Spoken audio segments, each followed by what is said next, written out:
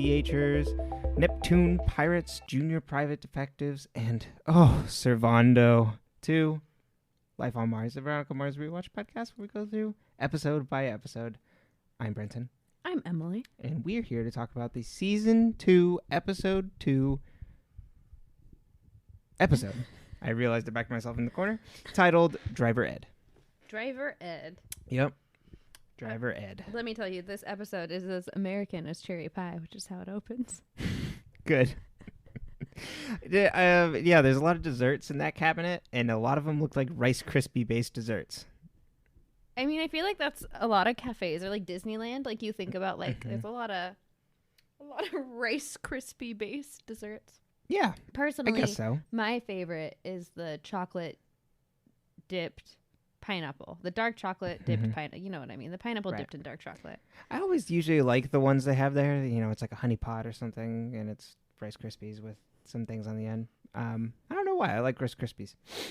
At least the Rice Krispie treats version. I don't know what they put into them to make them stick together. Marshmallow. Wow, really? Marshmallow. Yeah. Oh, well. I usually don't like marshmallows, so look at me. It's just I've sugar. I've been ingesting them for forever. Yeah. Oh, yeah. That's true. I like sugar. I'm pretty sure it's like marshmallowy. Yeah, probably. Because I want to say Rice Krispies or like homemade Rice Krispie treats are often not vegan. Because people use non-vegan marshmallows. Right. That makes sense. That would make a lot of sense. So we're kind of... I feel like this episode was... it's kind of setting the table for season 2 a little bit. Introducing some people. So it wasn't super exciting. But we got some stuff in there. Even if some of it's bad. Yeah, it's bad. The things are bad. Things are bad in Neptune. Yeah, pretty much. That is the that'll be my book on Veronica Mars. Things are bad in Neptune. Except for whatever. No, not gonna go. Mine will be written from the space of just like a random kid that went to school with them who like never was affected by any of this, and it'll be like a Neptune pirate's life for me. Like there you go. Like whoever the girl is that runs into Wallace that's on crutches. Yeah. Or you could be her friend. Yeah, her friend that just like drives her around. Yep. Yeah, because I would never just like I wouldn't. Wallace starts becoming a little bit of a like I want to get the girls guy in this episode. Yeah. And I'm like, it's gross. Like, Wally, you're a good boy. Be a good boy. Don't try to be something you're not for a girl. It's not good. No, but there is that side which like, okay. He's a good friend. Yeah. He's thinking with the Twinkie. Totally. But Twinkie with the Twinkie. But he does get to show off his lessons that he learned from his master. So at least he gets to be a junior private detective in training and show with training wheels. Exactly. Yeah, with training wheels. And also we get the introduction of Jackie, Tessa Thompson. I remember liking Jackie more.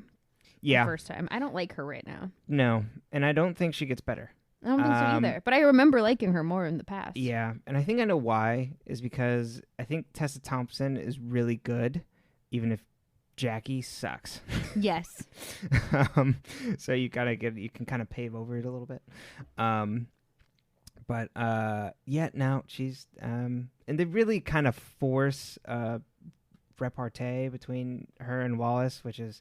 Yeah, that chemistry table read it should not have made it past the table read. Yeah, it's rough. They're really trying to force it as like a way of inserting her into or just giving a Wallace a romantic interest, which kind of doesn't work. Yeah, no.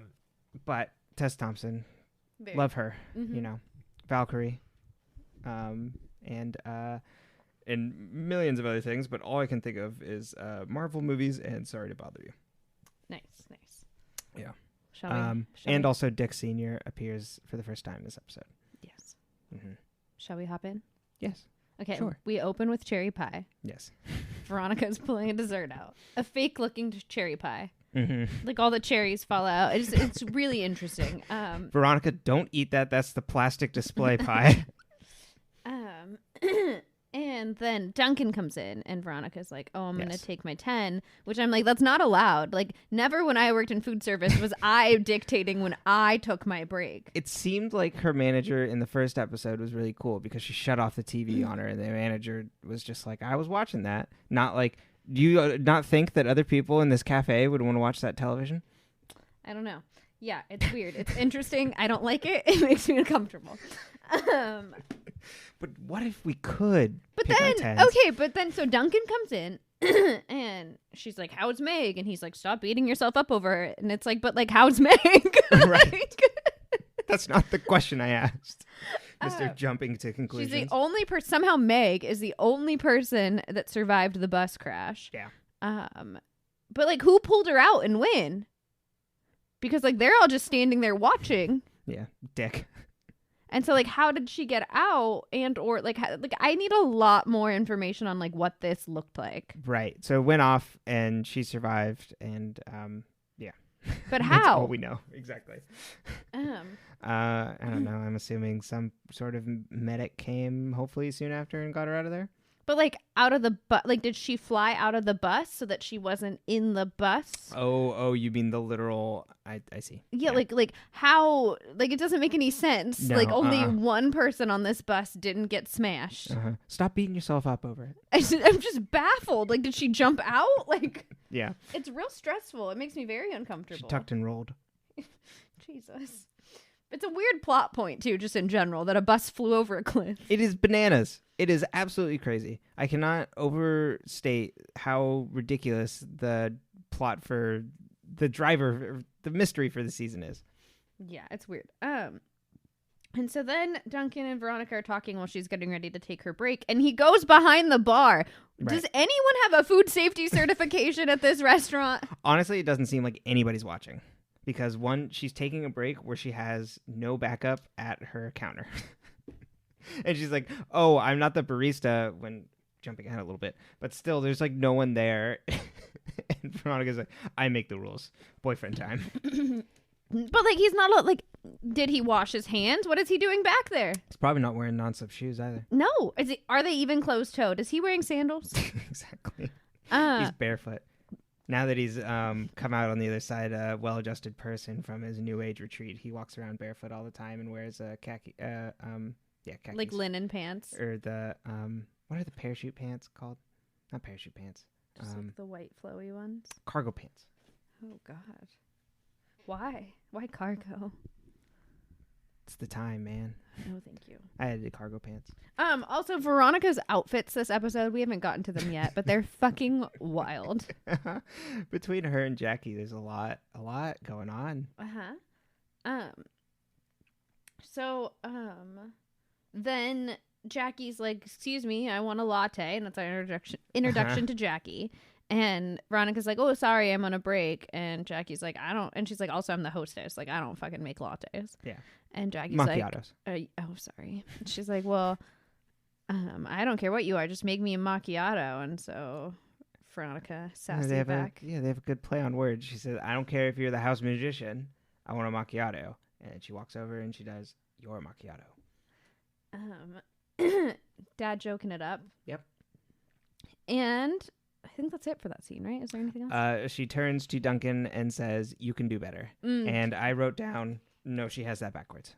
Yeah, Jackie's like, you could do better. And it's like, no, Jackie. No. You don't know how this boy acts. Yes. This boy wakes up every single day and blesses his lucky stars that he was able to be with Veronica Mars. And he should. Uh-huh. So...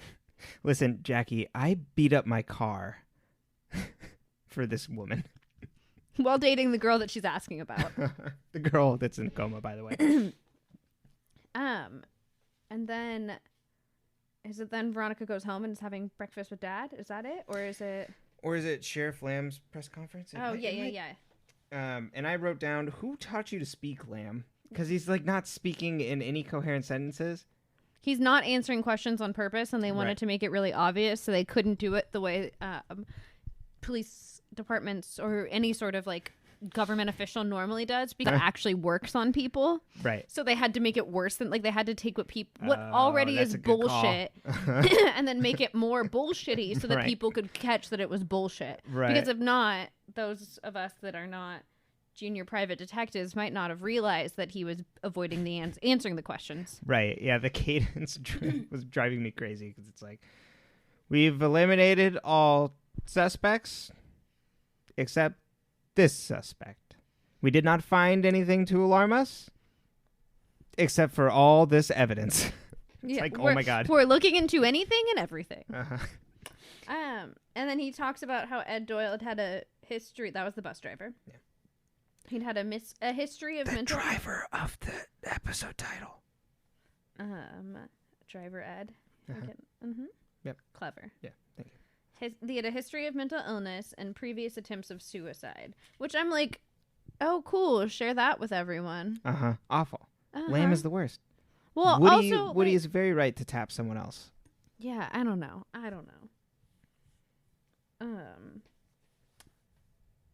And then we go to high school.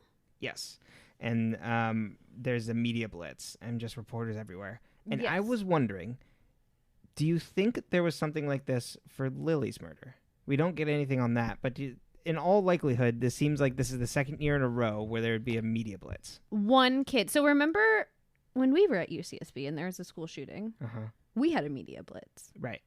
And because of where I lived, we had a lot of it. Oh, I'm sure. In our parking lot. Right. And so we had to yell at people to go away. Had to explain to people that a tragedy is not their commodity.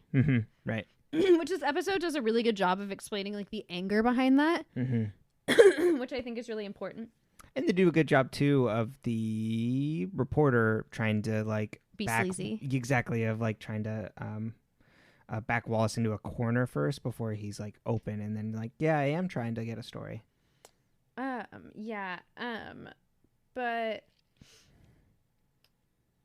so I don't think there probably was for Lily because maybe, but not as severe because it was one person. Gotcha. And they would have been more around the Kane house. Because they're a high profile family. Like you don't think about the high school in that scenario because she wasn't murdered at the high school. Right. These kids died on a school field trip. On a school bus. They were bus. literally on the bus. Okay.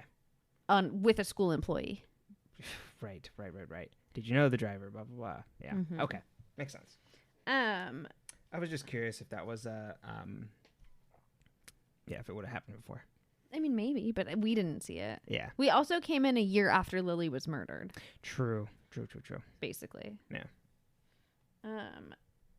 And so then Veronica's in the bathroom and she gets approached by a young lady with some really strangely blonde, high-lit hair because it's 2005. Not any reflection of the girl's personality or her character, just simply the fact that it was 2005. And this girl's like, will you help me? Oh, yeah. Do you know who I am? And Veronica's like, yeah. And she's like, would you have known who I was a week ago before the bus? And she's like, no. And she's the bus driver's kid. Yeah. Jessie. And she's asking Veronica to help her prove that her father didn't commit suicide. Because if he committed suicide, then they lose their... Is it life insurance on him? And yeah, the insurance doesn't pay on him, and it's like all these extra pieces. Yeah, totally. Insurance doesn't pay. And I'm sure just for closure. Yeah, exactly. And she's like, oh, that seems really hard. Like, I don't think I can help you. Like, I don't know how to do that. And the girl's like, well, if I knew how to do that, would I be asking Veronica Mars in a bathroom? And I'm like, fair. Yeah, fair. Exactly. Very fair. And so Veronica's like, sorry, I can't help you. And Veronica goes to leave, and an 09er girl we've never met before. Yeah, never met these people. Never met this trio. Come in and they say something real mean to Jessie, and then they ask Veronica if she's going to Logan's party or something like that. And so then Jessie punches the girl in the face, and Veronica's like, "Oh, I'll help you." Right. And I'm like, "Oh, cool! If you hit 09ers, that pulls Veronica in," or was it that she was respecting the fact that she was willing to hit that girl because Veronica didn't want to answer that question either. Right. Yeah. I think it's one that how vicious they were to her, and then two, like the response that she's like just going out swinging. Exactly. Yeah. This episode calls on both of the Marses to do right, I guess, or get involved pretty much. On both instances. Excuse me. There's both of them each go through something where it's just like, I'm not going to get involved, and then literally fate sweeps people in to like put them in the way of being like, okay, I'll get involved. Yes. And then we go to the baseball field. Yep. Baseball. So this scene has another really bad ADR moment, which is my favorite. This entire season is just fucking awful ADR. There is nothing like hearing someone talk and seeing their mouth move at a different cadence. It just really sets me off. And there's like a weird echoiness to like, it'll be like the back of Woody's head, and it'll be like this weird like echo chamber like voice. Yeah. And Woody's like, hey, my platform, because I'm running for city council, county supervisor, or something like that. Yeah. He's like, it's a cleaner, safer Neptune. Like, that's it. Right. And he's like, and I want you, Keith, to be sheriff for that, because he's like, I did. Keith calls him on it, and he's like, I did vote you out, like during the whole Lily Kane thing, but like you were right, and I'll be the first to admit it. Like I was wrong. Blah blah blah. And so, thank you for coming to my Little League practice. Yeah, I was like, why are they having a meeting at a Little League practice? Right. But I digress. And then while this conversation is unfolding, some kids that we assume are from Weevil's neighborhood, right? Because we're never really given like a name for that area. No, it's like the other side of the tracks. Like it's just like this vague. It's part of Neptune, but like it's just like tucked away in the corner. They come, and the baseball practice that Woody's running is running over, but he's not paying attention because he's doing grown-up deals instead of paying attention to the kids that he's supposed to be watching. And so Keith was like, I don't want to be sheriff. Like, I don't know. I'll have to noodle on it. And then Woody witnesses the children fighting. Yes. And he has to go break it up. And Keith's like, hey, he's a good guy. He broke up those kids fighting. He breaks him up by being like, you know what? It's my fault. I let my kids run over. Like, you kids have a nice workout, is what he tells children that are playing baseball. Yeah. And then he says cheers as he leaves. And I was like, is this a corporate email? That's just what the most dad thing. Well, it's like casual, like corporate casual is the word cheers. Well, he thinks of them all as adults. There you go. Well, they're children, so you should pay attention to them. He also says there's enough daylight for everybody. That's patently false. I'm sure the sun was just about to go down. There's not enough daylight for everybody. Exactly. These goddamn 09ers step on our baseball time by going all the way till 3. And then next we go back to Neptune. Hi? I believe so. Is that where they... Oh, no.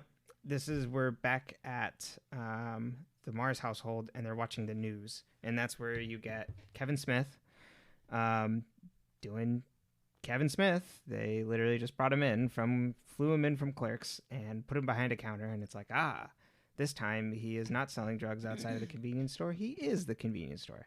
And is talking about, is pretty much just profiting off the bus crash, because it was the last place that Ed Doyle visited on the way back to Neptune. So he stopped there, and now he's selling hats and t-shirts and gaudy stuff. And his last meal. Yes.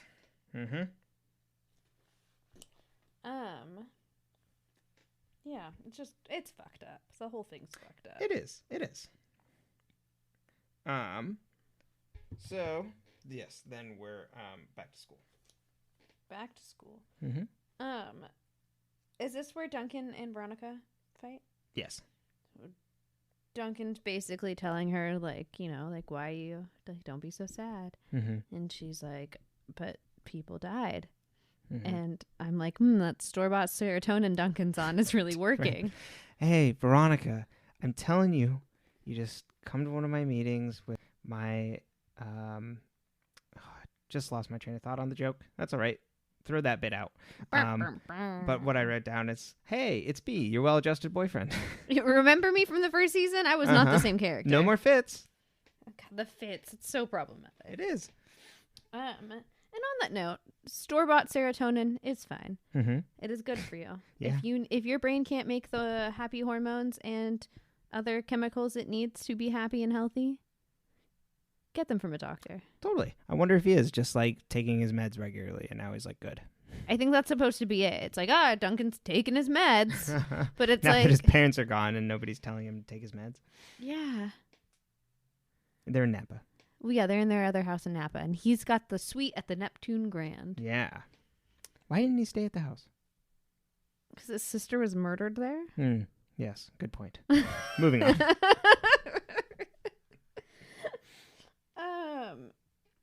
And, for a while he thought he did it. Case closed. Can file this one away to dumb ideas. And then we meet Jackie. Yes. Jackie. Lazy layabout laying in her bed, and her dad's like, Jackie, you gotta go to school. And she's like, no, but we're rich, Father. I do not need to go to school. Fair. Mm-hmm. If I had been raised very wealthy, I feel like I would have gotten out of school. Gone straight to college at 14, like one of those kids. But no, Father, make a good investment and buy a library. I will be going to school. The only classes I will be attending are at Yale. Exactly. The rest of them I shall be doing from my bed. Good day. Yeah. Cheers. Adieu.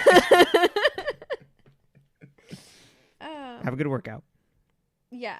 And so Jackie gets up to go to school. She tries to tell her dad that she doesn't feel like getting up because she's on her period, which it's fair. Yeah, fair. And I think most of the time, at least 2 out of 4 weeks, women have an excuse. So I'm like, well, yeah, it's fair. Either your body's trying to make a baby or it's pissed at you that it didn't make a baby, and so you should get to stay home from school. I mean, I'm not in charge of the school system. Please don't go truant. But yeah. Now I guess you do get to stay home from school. We're all locked down. Exactly. How's that feeling? But we do get a bit of background that he's like, well, listen to me or you'll go live with your mother in New York. Go back to your mother in New York. Yes, back to your mother in New York. And it seems like he has not been around. And then he gives her keys to go to school, and he gives her the keys to the Bronco, not the Porsche. And I'm like, oh, God, the Bronco. Well, I wonder if it's a white Bronco. Gonna be driving down the 5, police chasing after. Oh, that's the only thing I think of when I think of Broncos. I don't think of anything when I think of Broncos. I see. There's nothing. Yeah. Nothing connects in there. It's just like, oh, car. No, I think of OJ. I can't think of any sort of vroom in specific when I think of cars. It's just it's either car, truck, van in my head. I probably have 2 cultural points for cars. It'd be Bronco, OJ, Aston Martin, James Bond. What I are think the? that's about it. Oh no, Batmobile, Batman. Yeah, I could see that last one maybe, but who else has a Batmobile? You. Oh yes, I do. Are you Batman? Shh. You always liked Robin better, so that's really exactly. I like the tights. You'd look good. Should we dress you up as Robin? And Harmy can be Batman? Our dog looks kind of like Batman, for those of you that don't know us personally. He's got the ears like the cowl. He also, he's part corgi, but he looks like he could be a Batman. Mm-hmm. Yeah, that'd be good. Herm is the Batman. Yeah, and then you could be Batgirl or Batwoman. I can be whoever the fuck I want. Oh, okay. I'll be the Joker. No. It's getting feisty in here. Okay, so Jackie goes to school in the Bronco. Not in the Bronco. She takes the Porsche. Takes the Porsche.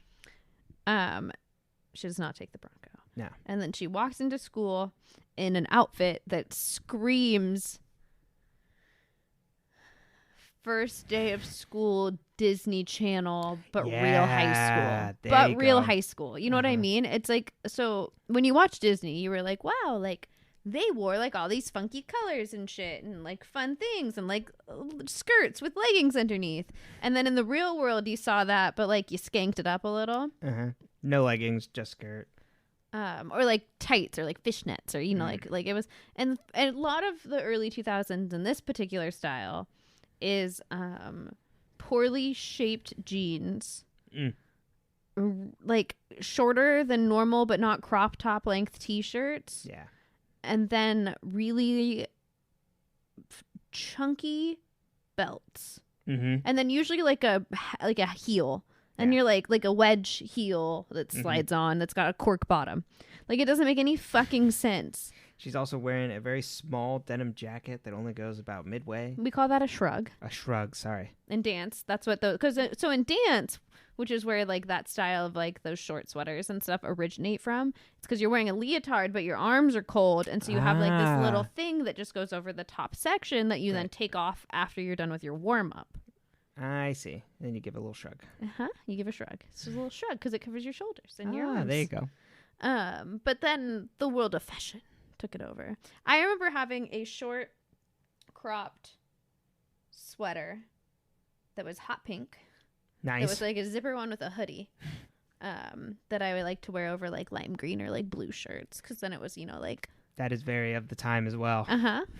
This is exactly what we're talking about. I also had a blue pleather jacket. Awesome. Pride and joy of mine in junior high. That's a good one. It was quite cool. Seems like you were quite fashionable. Me? Never. Include some photos on the Instagram of some of the fashion choices I made as a child that I showed you. I have nothing fun other than to share that I wore shorts until I was about 18. I feel like you would have been the type of child that, like, with the Garanimals. Garanimals, yeah. The ones that have the matching tops and bottoms with the same animal. Like, you would have been that kid that was like, yes, please, I can dress myself now. Yeah, I totally would have done that. It's like, this all goes together. I saw it in the box. Okay, I've got an elephant top and an elephant bottom. I am good. Otherwise, I'd come down, like, wearing, like, patterns that don't match. It's just like, why are you wearing checkers with stripes? Like, yeah, exactly. And it's like, I don't know. You tell me. You didn't teach me well enough. You were picking fights at the breakfast Exactly, table. yeah. Were you allowed to dress yourself as a kid? Oh, as a kid? I don't. What age were you allowed to start picking your own clothes? Do you remember? Knows. No, I don't remember. I think at some point it was probably like, you have to pick your own clothes now. And it's just like, shit. The training wheels are off. Exactly. I'm like, I have no training. Why was I hired for this position? That's so funny. Yeah. No, I had no idea what I was doing. And I still don't. I mean, you look all right today. Yeah. I guess. I'm like, ooh, I like that shirt. I mean, it's a green shirt and then some like normal colored shorts. So you look like you match. Thanks. You don't clash. Thank you. That's why I only get, I no longer get striped or striped shorts. No striped shorts? No, I never know what to wear them with. A plain non-striped top. No, it doesn't work. Okay. If anyone knows if they're making Garanimals for adults, we'd really that'd be great. For men. Yeah, correct. You know how there's like stupid things that are, this is very, very tangential, but you know how there's things that are like it's like Bic pins for her or like razors for her. It's like just clothing for men and it's pretty much. Ooh, look at this. I should specify for white, cis, heterosexual men who cannot dress themselves. Yeah. We call there are plenty of men out there that can dress themselves. Yes, we call us hopeless cases. I mean, I think it's just like a lack of a will to learn. Yeah, part of it. And the other part of it was I didn't much care, but I knew I'd be much judged. So. Oh, well, and you came from a judgy community. Mm-hmm, totally. So I lost it. You lost it? I don't know. Lost the thought. It's okay. Okay, so Jackie's I wearing never a adapted. weird outfit.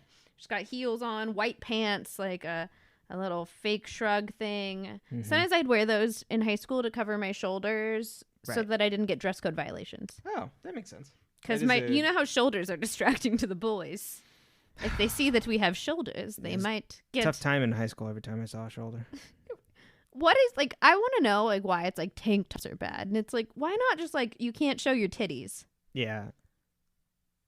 I don't know. Yeah. Also, like, they had things about, like, if you weren't wearing proper undergarments, I didn't wear a bra half the time. Me either. I know. It's not reamed. fair. You did not. But, okay. So, Jackie's weird outfit. Mm-hmm. She's, like, the teacher's like, oh, you need to go to the attendant's office or whatever. Right. And Wallace is like, I'll take her. Who's been eyeing her ever since she walked in the door. He looking at her like a snack. Uh-huh. And he was rolling his eyes at the two girls talking about Servando, who died on the bus. Oh, yes. Which is another great thing they do with this season, I will say, is like, it's like they picked a really good message and a really poor example. Because it's like, like that idea of like when people are like, like this person died, and did you know he was like straight A's and he took care of his grandma and he was on the chess team and he had saved a kitten from a burning house. Like, it's like that shit where you're like, what? Right, you didn't know him. Yeah. He sounds real cool, and it's like you didn't want to fucking date him when he asked you out. Exactly. Yeah, not him. Exactly. So Wallace is like, yeah, these people are nuts, and then he's like, I'll take Jackie to the attendant's office. I worked as an office aide. Yep. So he walks her over there, and they have this really painful banter. Right. It's like, we're flirting, and she's like, I only like bad guys. And he's making jokes. I'm not such a good guy, and then makes a joke about daddy issues, which she probably should have gotten pissed about. But is only fake mad at him, and is like, gotcha. See, you aren't a bad guy. And I'm like, right. What the fuck? You made a joke about daddy issues. It's not good. It's not good. Everybody's got to learn sometime. Yeah. It floats out there, and it continues to go on, but, you know, us men, we have to learn that you just don't make that joke. No. And it's not true. No. Yeah. So. Because, you know. But he was not held accountable, and now, years later, he's still making that joke. I know Wallace, he wouldn't do that. Yeah, I was going to say, you love Wallace. Yeah. I know him. He's a family man now. Oh, my God. So, don't give spoilers. No. So then we cut to Logan's weird sex scene, right? Uh-huh. Yes. So Logan is still hooking up with Dick and Cassidy's Beaver, if you will. Yes. Mm-hmm. Cassidy's stepmom, who is probably younger than the actors who play the high schoolers. I wonder, honestly. I can double check on that. Yeah. And they're having Kendall Casablancas. Yes. And they're having a real steamy sex scene that was shot over multiple scenes, and you can tell because her leg is at a very weird angle over the couch in different parts. No. She's like 10 years older than Jason Doring. Oh. She's 47. And how old is he now? 38. Oh. I was like, time's relative. Right, exactly. Yeah, they're having a nice little rendezvous, and then they hear the door. Right. Well, but first, she says, "You're my first high schooler." Or no, my first young man. Younger guy. Yeah, I interpreted it as, like, you're my first high schooler. Yeah, she goes, you're my first younger guy. Uh-huh. The last one I was thinking about didn't have a license. Brendan? No. No. We're supposed to, one, everyone's over 18. Yes. Mm-hmm. We don't make... There was a lot of groundwork done in the first episode of, like, on my 18th birthday. It's like, does everybody turn 18 over the summer before the senior year? I told you they all do pre-K. So it's consensual, and they are both adults. Yes. Mm-hmm. It's still an affair. Yes. But yeah, she's like, oh, you're my first younger guy. And we're like, kind of weird. Yeah. And so then, we hear the door. Mm-hmm.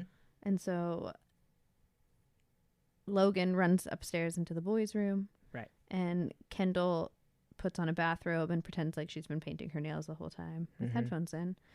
And then pretends like she hates Logan and is like, your friend is upstairs in your room. Like, I'm not running a halfway home for rich boys or whatever she says.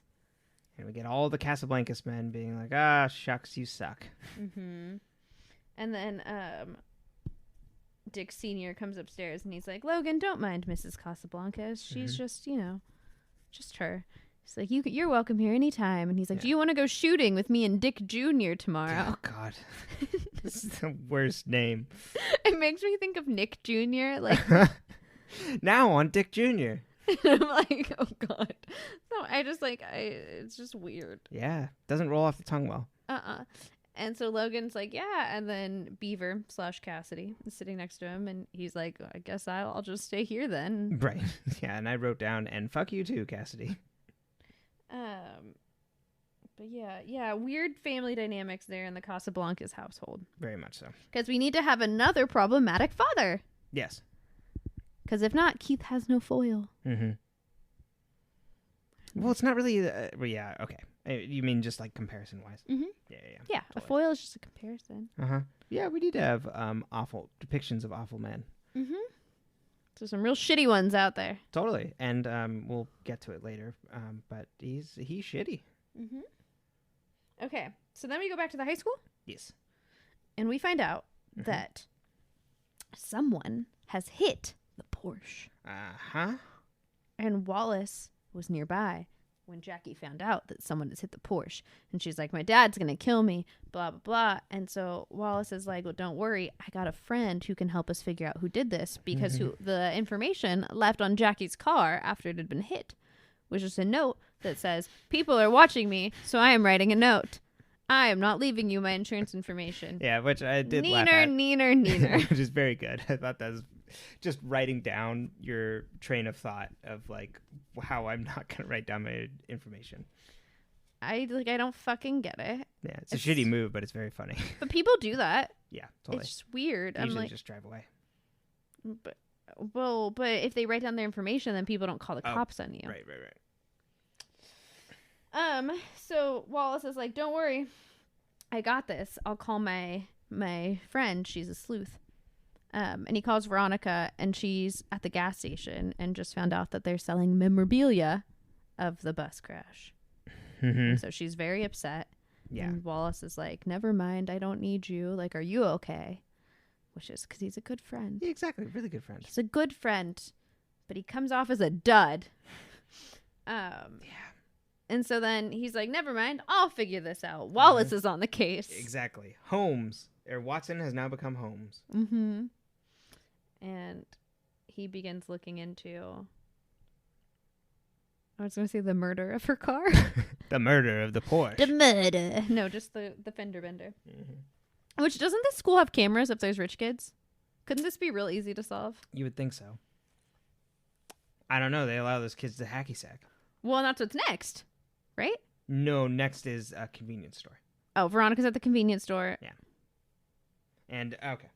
And so she goes up and talks to Kevin Smith, who is literally just doing... I cannot stress enough how much he's literally just doing clerks, because they give him a minute to just, like, monologue about, like, how, like, fat he is.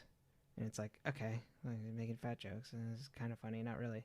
And then Veronica pretends like she's super interested in, like, finding out, like, in, like, a sensationalist kind of way, and he's all too eager to, like, give up information about it, that he, like, came in and had a jumbo Slurpee, right? Or, like, icy is pretty much what it was. And got a bag of pistachios or peanuts, something like that. Got a bag of nuts. And so Veronica's like, wow, that is, like, supremo and helpful. Thank you. And a St. Christopher medal. Yes, and a St. Christopher medal. Thank you.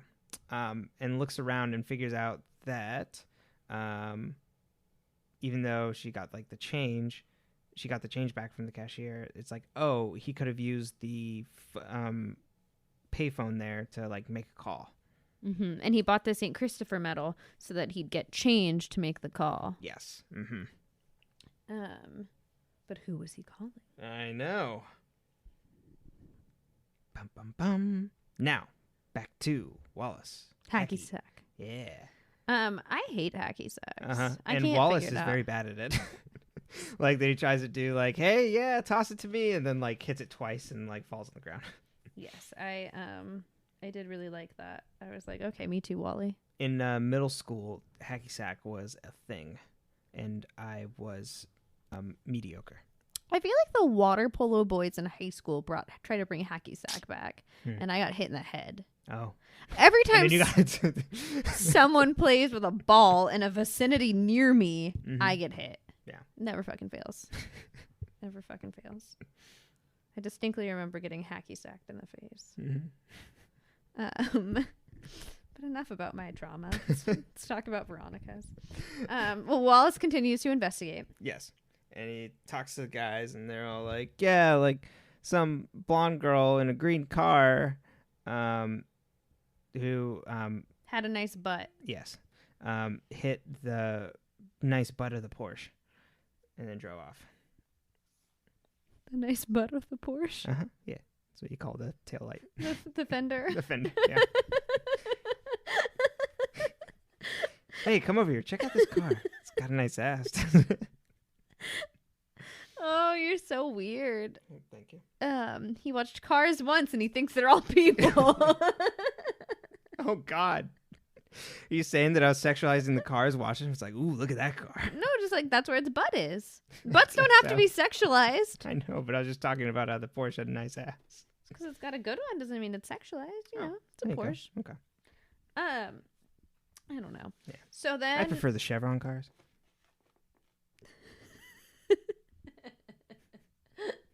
Okay, you dig out now. Do you remember those cars? No. They had the eyes, and they used them on all the commercials, and they sold them at the Chevrons. No. Oh, and they literally made the cars at Autotopia for a short while, like the Chevron cars. Nope. Well, okay. Well, Interesting. it's just my fever dream, I guess. I'm not saying it didn't happen. Right. I didn't live in Orange County. True. Or near it. Yeah. I lived in Neptune. You basically did. I know. Just one town over.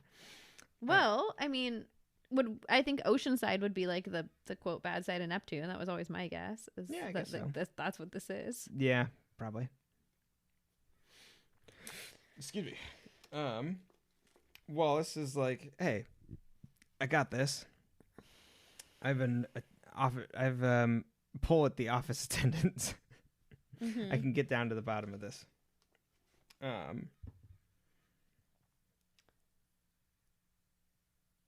Yes. And he goes through oh wait, no, I'm jumping ahead. Because then we go to the sheriff's office. Oh yeah.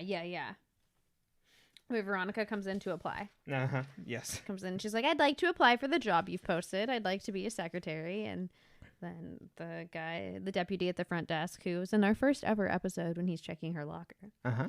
I forget his name, but he pops up every now and then. Yeah. He's like a nice side character where you don't really know what his goal is. It's just like, I'm serving the sheriff. Right. And He's like, protecting and serving. He has none of his own independent brain cells. Mm-hmm. You don't know. And so she asked for a private place to fill out the application so she can go sit in a investigation room that has a phone. And then while she's pretending to fill out the application, she calls to find phone records for the payphone at the time that Ed would have been using it. Yeah, very smart. And the deputy goes to tell Lamb that he's like, guess who's in the investigation room? And he's like, I don't know, like, who? And he's like, Veronica Mars. And he's like, you left her alone in there? Yeah. Come on, man. Like, you've been here. But also, like, what's she gonna do? Right. True. That's probably what he thought. And so then he tells her she has to leave. And she's like, oh, I was on the last question of the application. Would it be bad to say that I want the job so I can be closer to you? Mm-hmm. And he kicks her out. And I'm like, this is when the Lamb Veronica stuff gets good. Yes, definitely. Because before this, it's just kind of like, oh, they. Yeah, he's just a dick.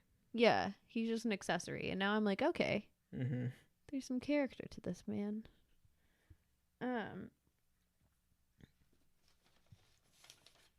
So then Wallace starts putting together the pieces here. He's like, all right, I've got it nailed down to all of the blondes in this yearbook. And we're going to figure out which one of them, like, would have been around. Well, and he's got the car. He's got what cars are registered for the parking lot. Mm-hmm. I do have a question for Wallace in this scene. It's like, do you not know that people can dye their hair? Right. But nope, can't do that.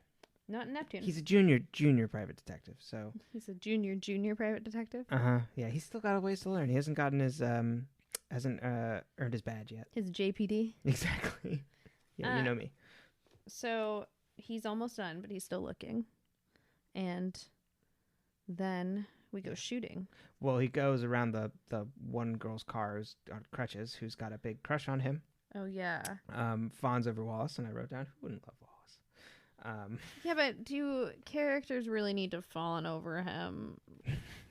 Yeah, I guess not. It's gross. It makes it seem like girls always, like all girls, even nerdy girls or not pretty girls, still want the popular guy. Yeah. And the fact that she's on crutches is basically kind of like, it's Why a is she on nod crutches? towards ableism too. It's like, ooh, she's in a situation where she needs help, and it's just, I don't know, I don't like it. I feel really uncomfortable with the whole thing. The crutches cross her off from being the suspect. Mm-hmm.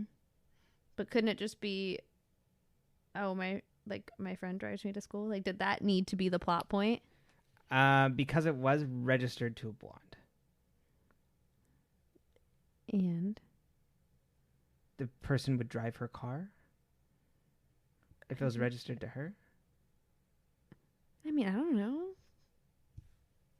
Yeah? Yeah. I mean, I get the grossness of her, like, fawning on Wallace for sure. Yeah, I don't know. I don't like that. And she wasn't even using the crutches, right? It's just a lot of issues with that whole scene. It made me really uncomfortable. I get you. It's gross. Yeah. No.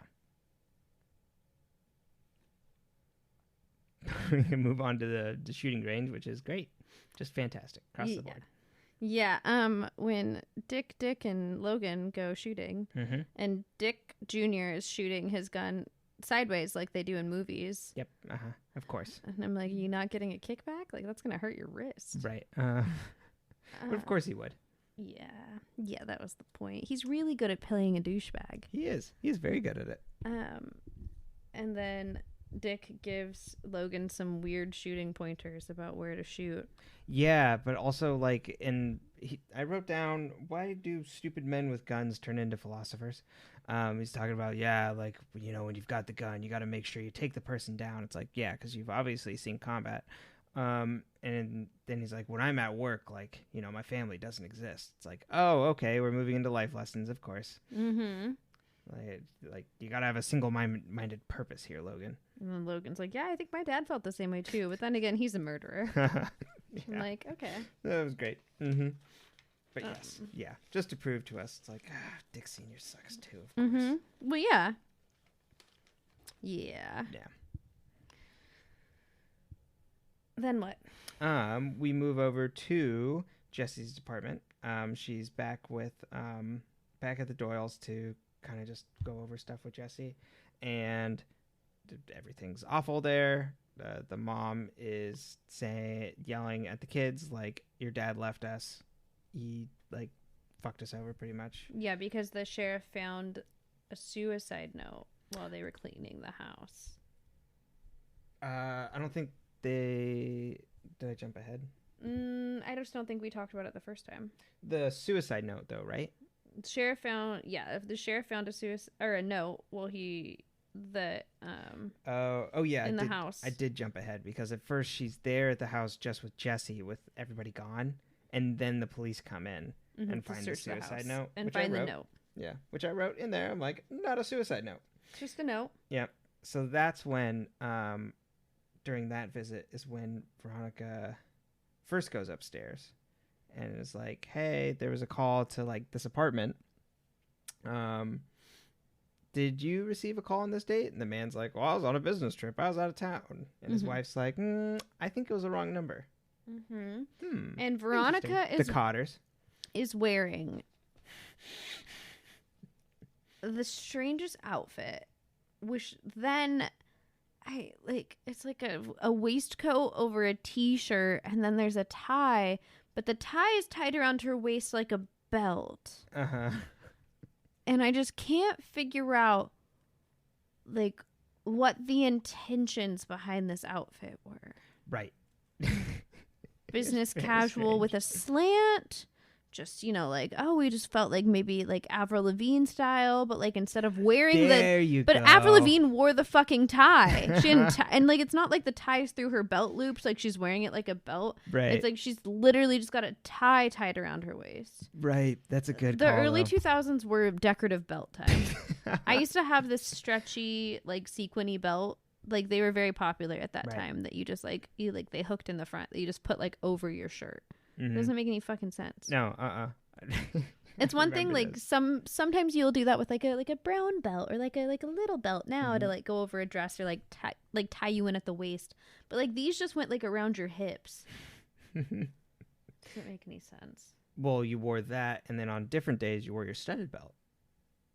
Well, it depended on the mood I was in. Exactly. The studded belt I feel like came a little later. Oh, okay. I'm not sure though. I couldn't. I'm gonna trust you on that one. I don't know because I got fashion at a weird time because I lived in a weird area. I see. I wasn't in a big city. Yeah. Out there in country. I was, and so they get the trends at a different time. Mm-hmm. It's back before we were all getting the same clothes from the internet. We were all getting the same clothes from JCPenney. Right. R.I.P. Oh yeah, JCPenney. Gone but not forgotten. Mm-mm. Forever live in our hearts. Have they closed yet? I have no idea. I should check online. They might be having a Yeah. sale. Uh-huh. Sale at Penny's. Oh, I do. My grandmother is a JCPenney's fan, and she was single-handedly keeping the JCPenney's in our small town open for years, so I'm not surprised that she's been gone for a couple years now. Penny's is now going under. I'd like to think that it's her monthly contributions that kept it alive for so long. She was paying at least 3 salaries. Now we can go get rugs or light fixtures. And bookshelves. Exactly. So then, Veronica's back. This is where everything's awful, and the son is crying at the house, and Veronica's like, wait a tick. This letter doesn't sound like a suicide letter. No. I think I know what's up here. Knock, knock, knock. Back up to the Cotters. Excuse me, ma'am. Were you having an affair with that Doyle? Is that how she said it? Yes, newsy. Newsy? Uh-huh. Yeah. Yeah, she's like, if it was Forgive the me, wrong ma'am, I haven't- number, why was the call 4 minutes? Mm-hmm. And I was like, once you learn the context of the call, you're kind of like, 4 minutes seems short. It really does. So we find out then that Ed was going to leave his wife for the Yeah. neighbor. And that's what the note was. Yeah, exactly. And then Veronica sets up a meeting with, what's her name? Jessie. Jessie. I wanted to call her Paige for some reason. I don't Oh, know okay. why. We can call her Paige. Jessie. I think people might be confused. And You're Paige now. and the neighbor, and she's like, yeah, your dad called to tell me that he couldn't leave you kids with your mom, like that he wasn't going to leave her for me. And then he drove off the cliff. Yeah. Mm-hmm. Uh-huh.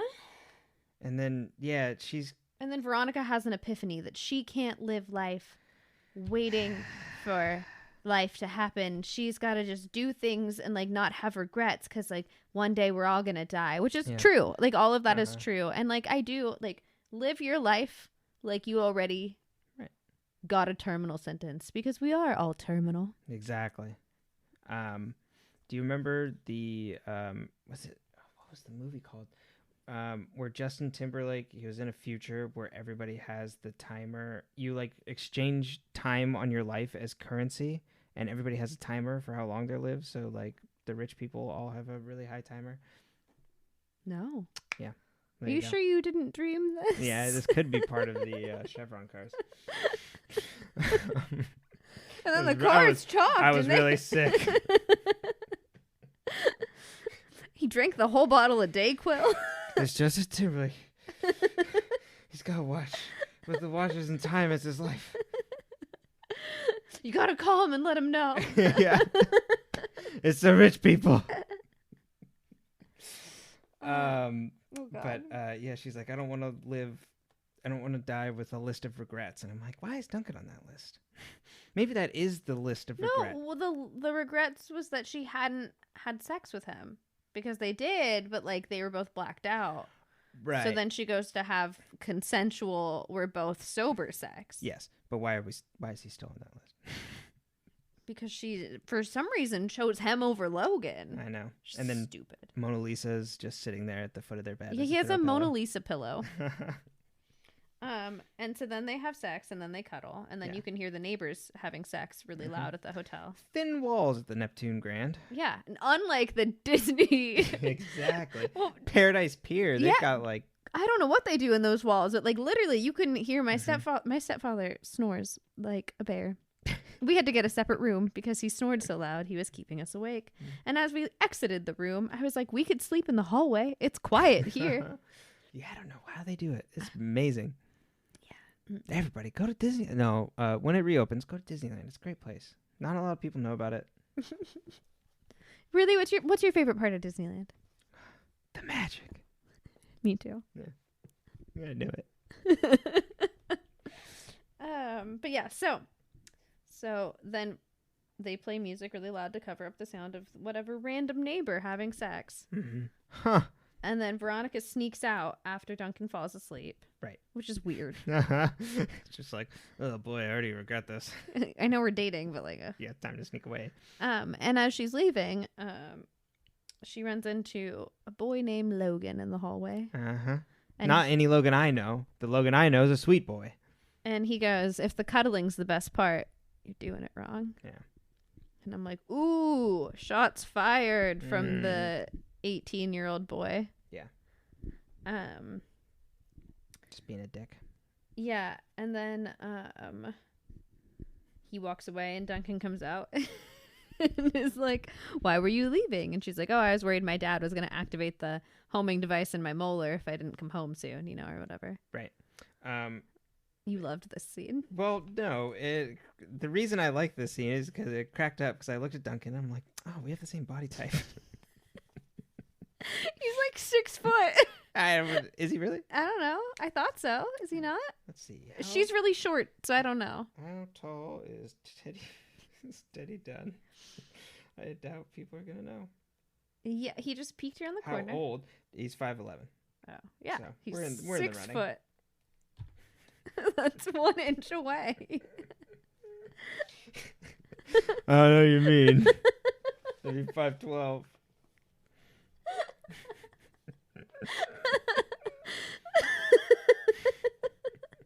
You're so dumb.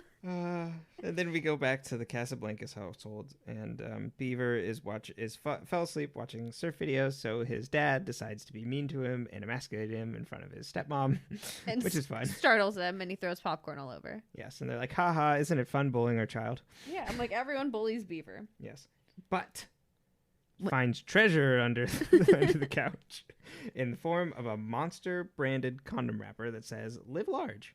Is it a Monster branded condom wrapper? Yes. I feel like it is. It is. 100%. I feel like I looked this up last time, the first time we watched this, because I was like, I need to know. It tastes awful. I'm not going to ask. What you did before me is none of my business. Yeah, get a little jittery too. But my note on this was, at least they have safe sex. Yeah, exactly. Way to go, Logan. Mm-hmm. At least if you're going to be doing it in my house and safe sex. Yeah, What? I don't know. Some weird shit happening on the other side of this table. Then Karma comes knocking for Keith because Keith goes to Woody and he's like, Woody, I can't do it. I can't run for sheriff. And then turns around and like Jesse is yelling at Sheriff Lamb because it's like he didn't do it, and Sheriff Lamb like, I don't hear you. Yeah, I closed the case. I'm sorry for your loss. No, I'm covering my ears. And then he's like, damn it, I gotta do it. And so then he goes back to Woody and he's like, you know what, Woody, I'm gonna run for sheriff. Yeah, put her there, Woods. And so then Keith goes home and Veronica comes home wearing a fucking I Heart Guitar t-shirt. But it doesn't say I Heart Guitar. It's I Heart and then it's got a guitar on it. And I was like, this is something in junior high I would have bought at like, Sorry. like Arizona brand, like the clothing brand. It was Uh-huh. sold at JCPenney a lot. Uh-huh. Like that's something I would have bought there. I feel like I had shirts from there that had like funny sayings, like I think I had one that said like chocolate is my therapy, Mm-hmm. or like like Yeah, where it has like a sentence written down on it. mm-hmm. That is definitely a department store shirt. I had one from Victoria's Secret when their pink brand came out that said "Sorry, my dog ate my homework," and then had the little Victoria's Secret pink dog on it. I mean, I like it. Mm-hmm. It's very soft. Yeah. They're not size inclusive though, so fuck them. Yeah. And Veronica and cut off shorts. That's the other part. It's like it's not even like a cut off skirt. It's like they gave her cut off shorts. Mm-hmm. I'm like, what the fuck is this outfit? Right. It's a little strange. And then he's like, you know what? Your daddy's running for sheriff. Yep. And they're like, giddy up. And then he looks at her and he's like, right. He's like, you look different. And she's like, does he know? And it's like, does my dad know that I slept with? Like, you already were. Like, I don't know. Right. Oh boy. Yeah. So I'll come back to that point in just a sec. But I did want to wrap up Wallace solving Jackie's car problem by stealing the spark plugs out of the culprit's car and leaving a note that said, "You can get your spark plugs back. Spark plugs back when you come over here and give us your insurance information." Your bark bugs? Your bark bugs, yeah, bark box. The way barking should be. I don't know. And she comes over, all put off, hands over the paper, and then hands it over to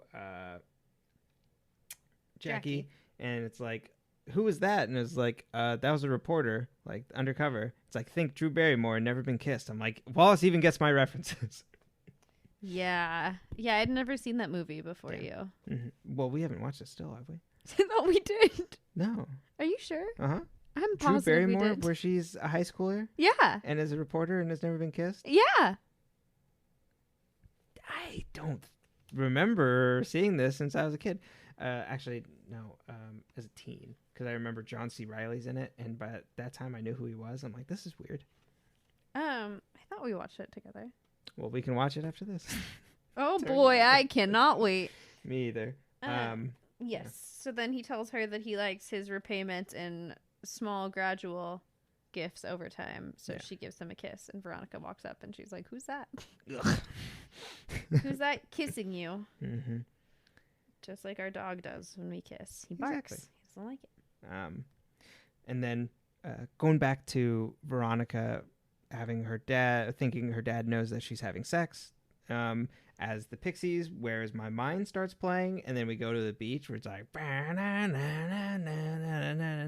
it's a dead body, and it has Veronica Mars' name written in his hand. Yeah, his hand is just written on in Sharpie that says Veronica Mars.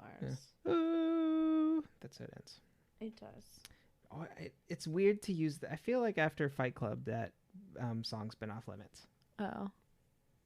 But Really? maybe that's just me. I feel like this is a you problem. Yeah. I have needs. I was like, you need to go meet them. Well.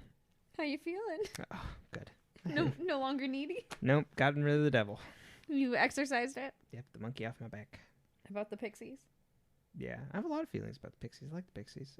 Not modern day Pixies. They kind of suck. That's fair. Yeah, but Kim Deal's cool, so. Well, that's it, I think. Yeah. We'll find out why that man has Veronica Mars written on his hand. And who are he? It's not just a trend. I don't know. Something everybody's doing, right? Veronica Mars on your palm. Oh, yeah. You do it, too, all the time. Yes. Sorry. I followed the cardinal rule of improv, and I yes-anded, but I didn't do it well. No, I can't yes-and back. This is a one-way tennis match. You volley, and it just goes right past me. Well, shall we plug? Yes. You can find me on butreallythough.com, though spelled THO. I post videos and blog posts about life coaching, personal and professional development. You can also access information about my one-on-one coaching offerings. I'm a whole barrel of fun to be around, so, I'm happy to help you. She's a singular monkey, but don't let that dissuade you. From she being is in my as barrel? much fun as a barrel. I am. I'm the full barrel. You can also find me on YouTube at But Really Though, spelled the same way. And you can find me, Brenton keeps hitting me on accident. Apologies. You can find me on our other podcast also, But Really Though, spelled THO.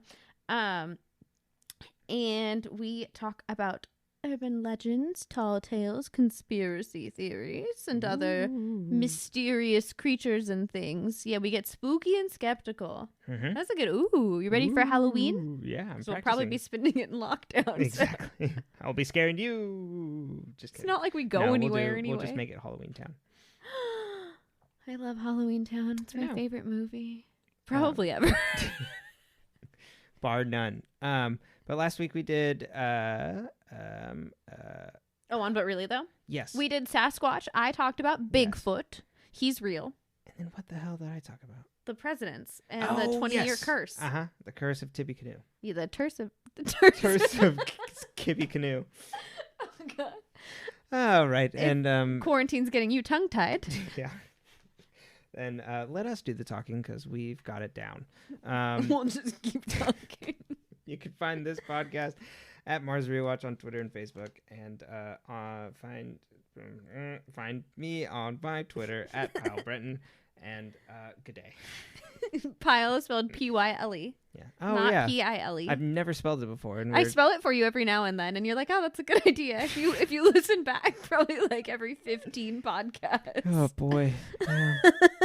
Good luck finding me. I think that's all we got, right? Yep, I think that's it. Stay toasted, marshmallows.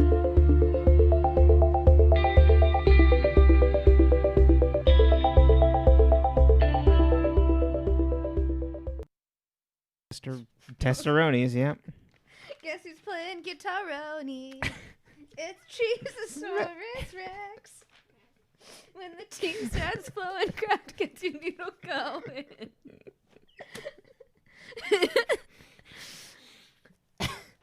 What? Is that love or amazement that you're looking at me with? It's both. Kraft is lucky to have you. You could say I'm crafty with my jingles. Oh, God. Just like the American singles. Oh, God. God, what was the... there's a Bloodhound Gang line about... I